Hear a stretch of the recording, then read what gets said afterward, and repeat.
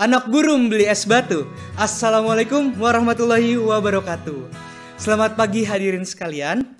Sebelumnya saya ingin mengucapkan selamat datang kepada para maba-miba Fakultas Bisnis dan Ekonomika Universitas Islam Indonesia, Kampus Islami, Kampus Perjuangan, dan Kampus Penggerak Perubahan.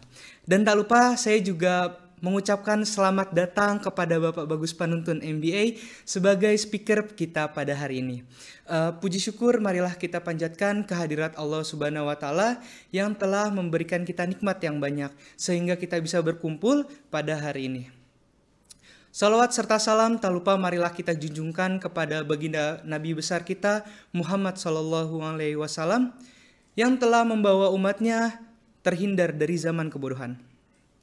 Baik para maba-miba semua, pada hari ini adalah Prasemata hari kedua nih. Pada hari ini kita akan ada kegiatan Smatox dan Smatif. Nah, pada hari ini kita akan mengangkat tema Smatox yaitu potensi bisnis di era digital. Seru banget nggak nih teman-teman, maba-miba semua kalau kita lihat dari temanya. Nah, jadi dengan tema ini diharapkan para maba-miba nih bisa mengenal bisnis di era digital tuh seperti apa sih. Nah, langkah-langkah bisnisnya tuh kayak gimana. Terus juga maba-miba dapat mengetahui nih bisnis di era digital itu seperti apa aja. Nah, terus juga manfaat belajar bisnis di era digital itu kayak gimana. Dan masih banyak lagi. Nah, tentunya teman-teman jangan kemana-mana. Stay tune at YouTube channel Smata FBA UII. Nah, Bapak Bagus Panuntun memiliki educational background yaitu CBC Certified Business Coach dari BNSP RI 2019. Yang kedua, CSA Security Analyst Lembaga Sertifikasi Profesi Pasar Modal 2017. Yang ketiga juga ada CFP Certified Financial Planner Financial Planning Standard Boards tahun 2015. Yang keempat ada MBA di Universitas Gadjah Mada 2011 dan yang terakhir CW Certified World Manager di Erasmus University The Netherlands 2011. Dan beliau juga memiliki professional background, salah satunya itu yang sampai sekarang ini adalah Deputy Director IBISMA UII dan Lecturer of Management di Fakultas Bisnis Ekonomika Universitas Islam Indonesia. Beliau juga memiliki pengalaman startup dan entrepreneurship di Sekretariat Akselwira Akselerator Kewirausahaan Indonesia, Business Coach IBISMA UII, Co-founder of Jogja Startup, Co-founder of UGM Daily. Nah, teman-teman semua, setelah kita mengetahui latar belakang beliau, tentunya sangat menarik nih teman-teman semua untuk kenalan sekaligus kita juga belajar dengan beliau mengenai materi hari ini. Nah, diharap nih teman-teman itu bisa mencatat poin-poin penting yang disampaikan oleh beliau karena sayang sekali kalau kalian lewatkan. Dan teman-teman juga jangan lupa untuk mencatat Q&A. Nah, nanti itu bisa kalian catat di Gform yang telah kita sediakan. Nah, tanpa basa-basi lagi, kita langsung aja ke materi selanjutnya yaitu acara potensial Smatalk dengan tema potensi bisnis di era digital. Mari kita sambut Bapak Bagus Panuntun MBA. Kepada Bapak Bagus Panuntun. Oke, baik. Assalamualaikum warahmatullahi wabarakatuh. Teman-teman semua. Suara saya terdengar dengan cukup jelas ya? Oke, baik. Terima kasih sekali Mas Moderator. Tadi mengantarkan sesi ini dengan penuh semangat dan luar biasa. Dan saya rasa teman-teman semua juga di sini, Maba dan Miba, juga berharap memiliki semangat dan passion yang luar biasa ketika mulai memasuki UII, gitu ya. Dan kita juga berharap nanti bersama dengan teman-teman, ya, UII bersama dengan teman-teman bisa mengantarkan teman-teman ke masa depan yang lebih baik. Oke, baik. Terima kasih. Kali ini kita akan ngobrol, teman-teman. Kita akan ngobrol masa depan. Loh, kok masa depan? Padahal teman-teman baru masuk di sini, gitu ya. Justru saat yang paling tepat untuk teman-teman membicarakan masa depan adalah ketika memulai saat langkah pertama, gitu. Oke, baik. Boleh dilanjutkan? Oke, ini tadi sudah diperkenalkan oleh moderator. Terima kasih sebelumnya, panjang sekali perkenalannya. Nah, baik. Sekarang kita akan berbicara mengenai mahasiswa dan tantangan revolusi industri. Ya, saat ini kalau teman-teman pernah mendengar ada yang namanya revolusi industri 4.0. Tapi sebenarnya ketika bicara revolusi industri 4.0 itu terjadi pada tahun 2000, teman-teman. Yaitu 21 tahun yang lalu. Ya, jadi kalau kita lihat perkembangan bisnis dan industri plus teknologi, itu ternyata sudah berkembang sejak tahun 1700, abad 17. Jadi industri 1.0 itu abad ke-17. Terus kemudian di saat abad ke-18 itu industri 2.0. Gitu. Nah, kemudian di saat awal abad 19 itu industri 3.0. Nah, mungkin bagi teman-teman mulai tahu 4.0, apa sih sebenarnya 4.0? Pada saat itu tahun 2000, 4.0 bicara mengenai apa? Cyber physical system. Jadi dunia kita sudah dunia maya, teman-teman. Ya, dunianya sudah dunia digital. Itu dimulai pada saat tahun 2000. Nah, sekarang ini ya 2020 dan 2021 itu sekarang sudah eranya adalah industri 5.0. Nah, sekarang apa itu 5.0? 5.0 ya secara garis besar teman-teman sekarang sudah dunianya untuk bisa melakukan customisasi, teman-teman. Jadi dalam dunia bisnis sudah tidak lagi menganut sebuah konsep yang semua harus terstandar, tapi sekarang sudah mulai mengadopsi customisasi di segala bidang. Nah, dan juga cybernya tetap masih jalan gitu. Jadi dunia digitalnya tetap terus berjalan gitu. Nah, sehingga tantangan bagi teman-teman mahasiswa yang sekarang masuk di dunia bisnis gitu ya, angkatan 2021, bagaimana mindset-nya itu sudah harus bisa mindset yang digital, terus kemudian bisa melakukan langkah-langkah strategis untuk melakukan customisasi, terutama dalam bisnis. Nah, kemudian berikutnya teman-teman, kalau teman-teman lihat bisnis di era digital saat ini itu sebenarnya seperti apa? Monggo slide berikutnya. Nah, di saat era digital sekarang, ketika kita bicara bisnis, kita kan juga harus melihat apa yang terjadi di lapangan. Ya. Cara paling gampang sebenarnya ketika teman-teman mau berbisnis atau masuk ke kuliah bisnis, lihatlah nanti medan yang akan menjadi teman-teman jajaki setelah lulus. Nah, di dunia bisnis saat ini, terutama yang berhubungan dengan era digital, itu sudah ada satu entitas ya yang kemudian membuat satu klaster. Namanya adalah industri kreatif. Nah, industri kreatif ini adalah industri yang saya rasa paling cocok ya dengan teman-teman yang sekarang generasi angkatan 2021 gitu ya. Kenapa? Karena ini zamannya low banget gitu bahasanya. Zamannya dengan teknologi savvy, teman-teman sudah sangat terbiasa dengan teknologi, terus kemudian teman-teman itu sangat kreatif, dan juga teman-teman itu bisa punya kebebasan untuk memunculkan berbagai macam ide dan inovasi. Nah, di industri kreatif ini, itu sebenarnya sudah dibantu diklasifikasikan ada 16 sektor, teman-teman. Kebanyakan kalau teman-teman orang ekonomi itu selalu berpikir ketika bicara bisnis, oke, kuliner gitu ya, fashion, atau kalau mau agak berbeda sedikit craft.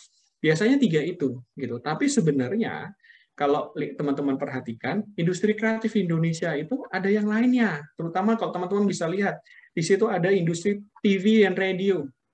TV ini bukan berarti industri televisi yang besar itu enggak, teman-teman. Teman-teman jangan salah, ketika teman-teman membuat konten, ya, ketika teman-teman membuat konten untuk kemudian dipublikasikan di YouTube, maka teman-teman sebenarnya memproduksi konten seperti televisi, apalagi kalau misalnya itu diatur dengan sangat baik sehingga kemudian bisa mendatangkan advertising, iklan. Terus kemudian begitu juga dengan radio. Di situ mungkin tulisannya radio, tapi jangan salah teman-teman. Industri radio di dunia digital saat ini, teman-teman bisa lihat kayak model podcast. Podcast kan sebenarnya adaptasi dari radio. Terus kemudian dengan berbagai macam ada aplikasi misalnya bisnis Clubhouse dan sebagainya, teman-teman bisa menikmati gitu ya. Nah, itu adalah bagian dari industri kreatif. Selain itu juga macam-macam teman-teman. Ada apps, kemudian ada game developer, advertising, music. Bahkan industri musik sekarang sudah masuk ke digital. Siapa tahu dari teman-teman di sini ada yang tertarik untuk membuat semacam label ya, music label company gitu, karena sekarang lebih gampang karena dunia digital ya. Nah, ini adalah peta bisnis yang ada saat ini, dan kemudian dengan situasi Indonesia itu ada 2 kemungkinan. Yang pertama adalah bagi bisnis yang existing, ya mungkin kalau ada teman-teman di sini sudah punya bisnis sebelumnya, ada keluarganya atau orang tuanya punya bisnis, gimana caranya bisa migrasi ke digital, ya. Tapi memungkinkan untuk apa? Teman-teman sendiri nanti bisa melahirkan bisnis-bisnis digital, ya, yang memang secara awal sudah didesain. Nah, dari data, menariknya adalah industri digital ini atau industri kreatif, 75% itu memang diisi oleh anak muda. Nah, ini sebenarnya waktu kesempatan tepat banget kalau teman-teman masuk di kuliah di Fakultas Bisnis dan Ekonomika. Kita di sini ada 3 profil lulusan secara umum, baik itu di EP maupun manajemen dan akuntansi. Semua ada, terutama wirausaha itu ada profil lulusannya. Nah, baik, monggo bisa slide berikutnya. Nah, sekarang, ya tadi saya sudah ngasih gambaran bahwa industrinya banyak. Nah, biasanya orang langsung tanya, gimana sih Pak cara langkah membangun bisnis, terutama di era digital? Nah, karena teman-teman sekarang menjadi anggota dari keluarga besar WII, maka sebenarnya WII itu juga sudah mendeklar sebagai entrepreneurial university, teman-teman. Dan bahkan di tahun 2021 ini, di awal tahun, WII mendapatkan penghargaan sebagai entrepreneurial university, kalau nggak salah dari Markles. Artinya apa? Bagi teman-teman yang pengen membangun bisnis, yang manfaatkan ekosistem kewirausahaan dan bisnis yang ada di WII. Ya, jadi kalau zaman saya dulu kuliah gitu ada istilah namanya kupu-kupu, gitu ya. Kuliah pulang, gitu ya. Nah, jangan begitu, gitu. Apalagi kalau teman-teman mau jadi pebisnis, ingin punya apa istilahnya karya dan juga punya prestasi, ya lakukan lebih dari itu, beyond that, gitu ya. Nah, yang pertama teman-teman lakukan adalah karena teman-teman jadi mahasiswa, manfaatkan dukungan kurikulum teman-teman. Di sini saya mau cerita. Pemerintah melalui Kementerian Pendidikan dan Kebudayaan punya namanya MBKM, Merdeka Belajar Kampus Merdeka, yang itu diimplementasikan mulai semester ini. Jadi teman-teman ini adalah mahasiswa yang pertama kali merasakan nikmatnya merdeka belajar. Ya, dan 3 prodi kita itu juga mendesain untuk mengadaptasi dengan itu. Manfaatkan itu, karena di dalam MBKM itu ada satu kegiatan yang namanya kewirausahaan. Ya, itu pertama. Terus kemudian yang kedua, kalau teman-teman perhatikan, ada di sebelah kiri, itu saya buat ada jenjang, ya, ada tangga bertingkat. Nah, tangga bertingkat mulai dari 01, 02, 03, 04, itu sebenarnya bisa jadi alat bantu teman-teman untuk menapai selama masa di perkuliahan di UI. Tahap yang pertama dalam bisnis itu biasanya teman-teman menginspirasi, mencari inspirasi. Nah, ini biasanya teman-teman silakan nanti manfaatkan pada saat semester 1, semester 2, belajar dari berbagai macam figur bisnis. Ya, cari inspirasi. Mau bisnis sektor manapun, mau bisnis dengan gaya apapun, mau orang sukses kayak apapun, manfaatkan itu. Nanti pada saat semester 3, semester 4, nah ini teman-teman mulai learn skill-nya. Ya, mulai pelajari. Karena mata kuliah kita juga akan mengadaptasi seperti itu. Nanti teman-teman pada saat semester 3 dan 4 akan banyak skills. Gitu ya, banyak skills. Nah, yang ketiga, ini yang paling penting dalam langkah memulai bisnis adalah bisnis tidak akan pernah terbangun kalau teman-teman tidak pernah berani untuk mewujudkan. Nah, harapan saya di saat step ketiga, yaitu di saat semester ke-5 dan 6, teman-teman sudah benar-benar membangun bisnis teman-teman. Ya, dengan pengalaman inspirasi dan skills yang teman-teman dapatkan. Gitu. Dan nanti pada saat langkah keempat, yaitu teman-teman benar-benar membuat startup. Jadi pada saat founder silakan teman-teman coba bisnis apapun. Ya, coba bisnis apapun. Jangan-jangan ternyata dalam perjalanan selama ini ada teman-teman sudah punya bisnis lebih dulu. Lanjutkan, gitu ya. Nah, terus kemudian nanti pada saat tugas akhir, ini saya gambaran, ini dukungan kurikulum. Nanti ada tugas akhirnya memang sebagai namanya rancang bangun bisnis. Sehingga nanti bagi teman-teman yang sekarang kuliah, tugas akhir kita tidak semuanya skripsi. Skripsi untuk profil lulusan akademisi, yang untuk menjadi akademisi. Bagi teman-teman yang mau menjadi profesional eksekutif muda, tugas akhir mahasiswa teman-teman adalah internship, magang di perusahaan. Nah, bagi teman-teman yang ingin membangun bisnis, tugas akhirnya adalah membangun bisnis itu sendiri, atau rancang bangun bisnis. Nah, desain kita sudah menggunakan capstone entrepreneurship. Jadi teman-teman itu bisa membuat tugas akhir lintas skills dan lintas keilmuan. Itu bisa. Itu karena dalam bisnis tidak bisa semua dikerjakan sendiri, teman-teman. Sulit untuk menjadi Superman. Yang paling bagus adalah jadi super team. Oke, itu dukungan kurikulum, ya. Itu ada di tempat teman-teman berkuliah nanti. Kemudian ada namanya dukungan co-kurikulum. Nah, nanti pada saat teman-teman sudah masuk kuliah, pastikan teman-teman untuk ini, piknik yang jauh, gitu ya. Apa piknik yang jauh? Di luar dari prodi teman-teman tuh banyak dukungan co-kurikulum. Misalnya, kebetulan di UI ada punya inkubator bisnis misalnya. Tapi juga selain itu, di organisasi kemahasiswaan juga ada yang namanya organisasi berkait dengan bisnis, misalnya seperti entrepreneur community. Atau kalau kemudian di organisasi yang di level universitas itu ada namanya LEPMA. Manfaatkan itu. untuk menginkubasi ide bisnis teman-teman dan juga mengakselerasi. Itu dukungan co-curriculum. Kemudian yang berikutnya, boleh geser lagi? Nah, ini yang saya mulai bilang, bahwa UI itu punya ekosistem kewirausahaan yang cukup luas. Kemudian saya sarankan teman-teman untuk banyak piknik. Kenapa? Kalau teman-teman lihat di sini, UI itu sebenarnya menyediakan berbagai macam fasilitas. Yang di sebelah atas tuh, 7S. Ya, UI menyiapkan space, menyiapkan share, terus kemudian service, support, dan macam-macam. Nah, tinggal teman-teman yang ada di sebelah kiri, ya, kalau teman-teman lihat yang di warna kuning itu, disitulah starting point teman-teman saat ini. Apabila ada teman-teman yang kemudian punya ide bisnis, ya, belajar untuk kemudian berkolaborasi dengan misalnya kayak dosennya, ataupun dengan temannya, ataupun dengan siapapun. Nah, kemudian geser ke kanan, yuk kita coba benar-benar bangun bisnis. Nah, itu yang hijau itu, yang biru. Nah, itu yang biru, belajar untuk mulai membangun bisnis.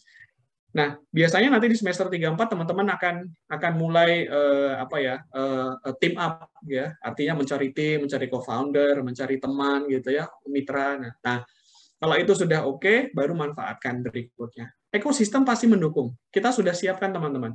Bahkan kalau di bawah, boleh geser sedikit di bawah. Iya.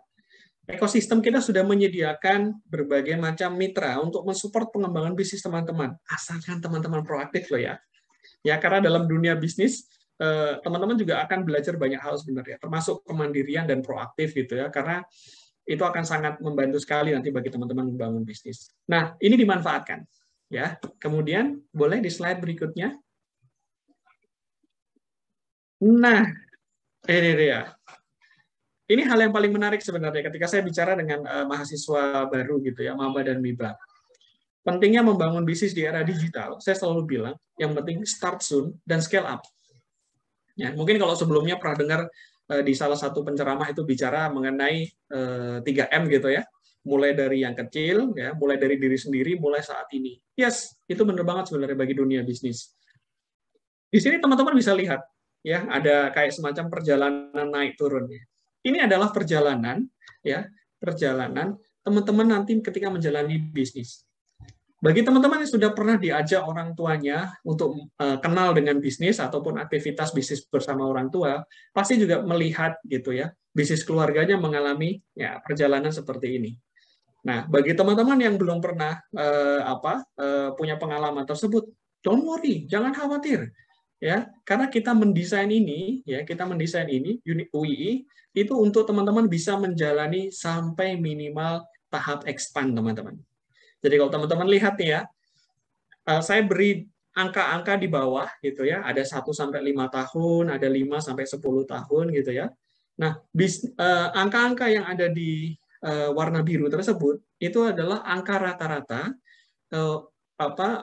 jangka waktu yang dibutuhkan dari seorang pebisnis untuk membangun bisnisnya di setiap tahapan. Mungkin teman-teman bisa konfirmasi kepada orang tuanya ataupun bisnis keluarga. Jadi tahapan itu biasanya dibagi menjadi 4 tahapan besar, teman-teman. Nah, ini saya rasa penting. Kenapa saya kasih tahu di awal bahwa bisnis itu tidak ada yang kemudian langsung sukses.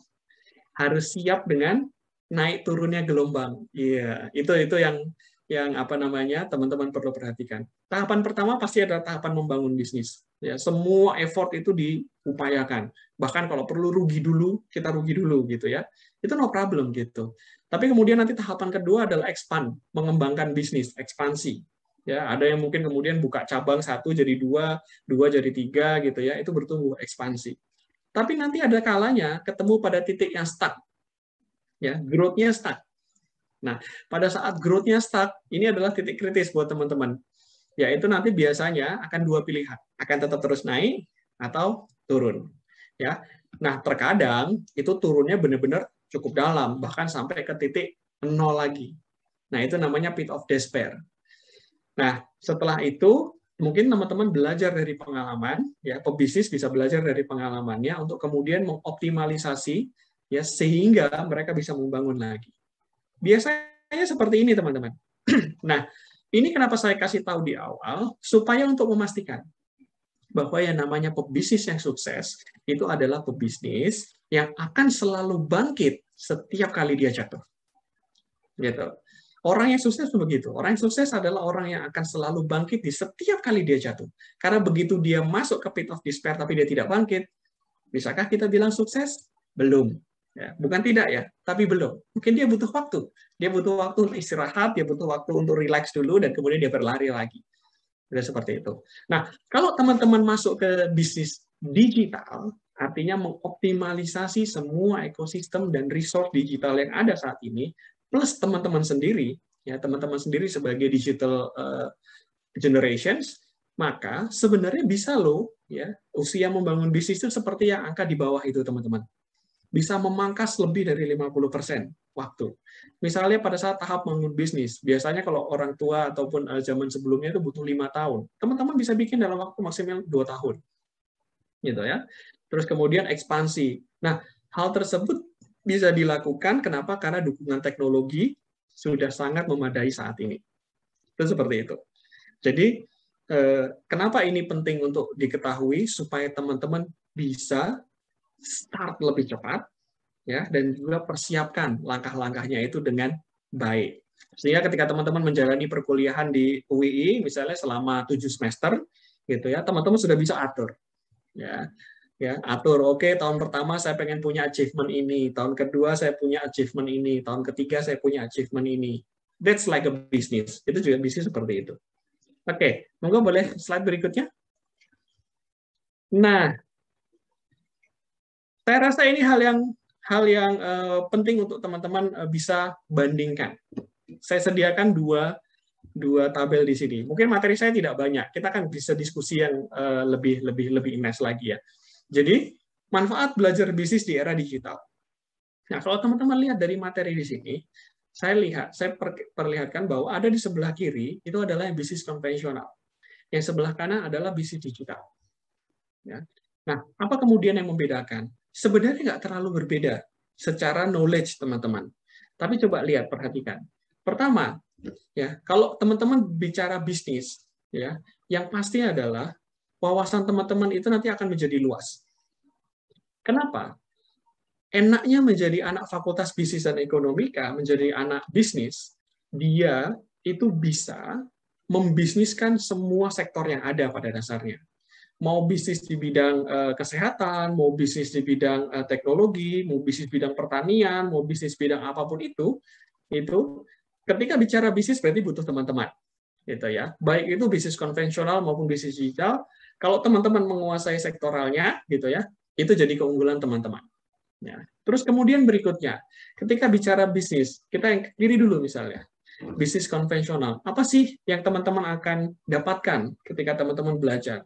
Yang pasti adalah keterampilan. Ya, keterampilan dan kemampuan. Itu akan sangat diperlukan. Terus kemudian teman-teman akan mendapatkan manfaat kepemimpinan. Ini menarik, teman-teman. Kalau teman-teman nanti masuk dalam sebuah organisasi kemahasiswaan, teman-teman akan belajar untuk kemudian berinteraksi dan kemudian belajar untuk membangun teamwork. Ya. Dalam bisnis itu sangat penting, teman-teman. Ya, sangat penting untuk memiliki kemampuan kepemimpinan. Ya. Apalagi ketika teman-teman lihat mungkin beberapa startup yang terlihat besar, bahkan sebuah startup itu hanya dibangun oleh maksimal 5 orang. Atau biasanya antara 2 sampai 5 orang. Dan kemudian menjadi unit bisnis yang sangat efektif dan sangat efisien. Gitu ya. Nah, itu yang nanti teman-teman bisa dapatkan, baik untuk digital maupun yang konvensional. Cuma yang menariknya adalah ketika masuk di era digital, maka lihat sebelah kanan. Skill keterampilan digital teman-teman itu harus di-upgrade. Karena kalau itu tidak di-upgrade, teman-teman yang lain di kampus lain itu akan belajar dengan itu, dan pada saat mereka lulus mereka punya kemampuan dan competitiveness itu. Gitu ya. Nah, termasuk juga leadership. Leadership in digital itu lebih sulit dibandingkan leadership yang konvensional. Ya. Nah, terus kemudian berikutnya adalah kalau manfaat kita belajar bisnis, teman-teman dapat kemapanan bekerja. Ya, secara umum seperti itu. Gampangannya begini. Kalau teman-teman belajar bisnis, maka teman-teman bisa membuat bisnis sendiri, tidak perlu ketergantungan pada mencari kerja. Yes, that's right. Tapi sebenarnya menariknya ketika bicara hal ini di dunia digital, ya, banyak loh para founder bisnis itu juga dia magang kerja untuk meningkatkan skills digitalnya, ya, terus kemudian nanti dia bisa memanfaatkan skills tersebut. Jadi variasi pekerjaan digital tuh banyak sekali saat ini. Mungkin kalau dulu teman-teman lihat orang digital tuh mungkin yang berhubungan dengan teknologi saja gitu ya, anak-anak informatika. But now semua, bahkan anak bisnis pun itu bisa punya banyak skills. Ya, data mining, data engineer, data analis dan sebagainya itu bisa oleh anak ekonomi. Gitu, sehingga itu manfaatnya. Ya, mungkin bagi teman-teman yang tidak ingin membangun bisnis, skill itu bisa teman-teman manfaatkan. Terus kemudian yang berikutnya, ketika bicara bisnis, pasti memberi manfaat buat orang lain. Terutama manfaat buat siapa? Konsumen. Kan gitu. Konsumen adalah pihak yang sangat membutuhkan bantuan para produsen, para pebisnis. Kenapa? Karena dia punya kebutuhan. Karena dia punya kebutuhan, para pebisnis punya ide gimana caranya untuk bisa memenuhi kebutuhan tersebut. Kalau itu pas kebutuhannya dan terpenuhi, berapapun mereka bayar. Nah, itulah dalam dunia bisnis, memberi manfaat. Yang kemudian bisa dikonversi dalam bentuk cuan. Karena ini bicara bisnis. Nah, ketika bicara digital, tidak hanya serta-merta seperti itu, teman-teman. Ya, tapi tantangan di bisnis digital itu lebih apa istilahnya boleh dibilang lebih berat lagi. Kenapa? Karena harus lebih kreatif. Teman-teman harus lebih kreatif lagi. Harus lebih inovatif untuk memberikan manfaat. Saya tulis di situ proses bisnis. Contohnya misalnya gini, teman-teman saja, ketika teman-teman mau jualan misalnya, kalau dulu caranya adalah ya jualan, cari lokasi, terus kemudian tongkrongin di situ gitu kan, sehingga ada pembeli, terjadilah transaksi. Tapi sekarang teman-teman bisa lakukan dengan cukup mager di kos-kosan atau dari rumah, bahkan kemudian cukup pegang handphone, dan kemudian teman-teman berkreasi dengan Canva-nya ataupun dengan berbagai macam tools, Reels, dan sebagainya, promosi. Bahkan mungkin dengan TikTok untuk bahan promosi, lakukan promosi. Supaya apa? Terjadi pembelian. Itulah dunia bisnis saat ini. Gitu. Sehingga butuh kreativitas dan inovasi teman-teman dalam melakukan proses bisnis. Nah, kalau itu dipelajari selama perkuliahan, ya harapannya itu sangat membantu teman-teman untuk benar-benar mewujudkan bisnisnya. Dan terakhir, ini manfaatnya. Kalau misalnya teman-teman, masih yang slide tadi.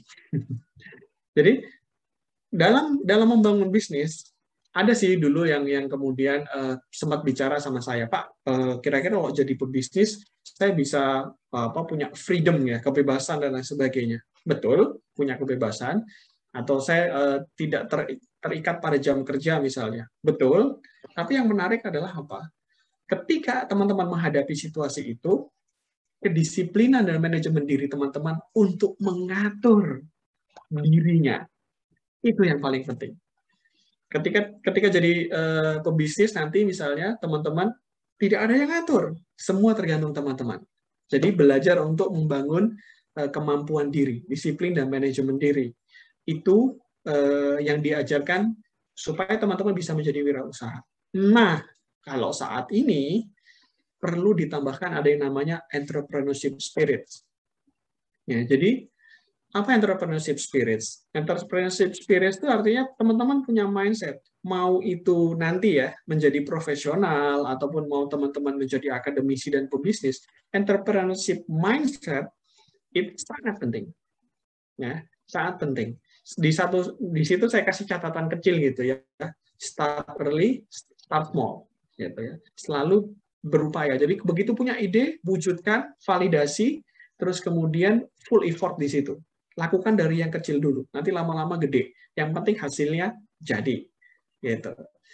Nah, itu yang kemudian saya sampaikan manfaat belajar bisnis di era digital. Gitu. Nah, mungkin setelah ini nanti kita bisa diskusi lebih banyak lagi. Nah, materi saya cukup sampai di sini. Nah, akan lebih enak ketika bicara bisnis, kita bisa berdiskusi dengan teman-teman semua. Ini calon pebisnis sukses semuanya. Dan cukupkan sekian. Wabillahi taufik wal hidayah. Assalamualaikum warahmatullahi wabarakatuh.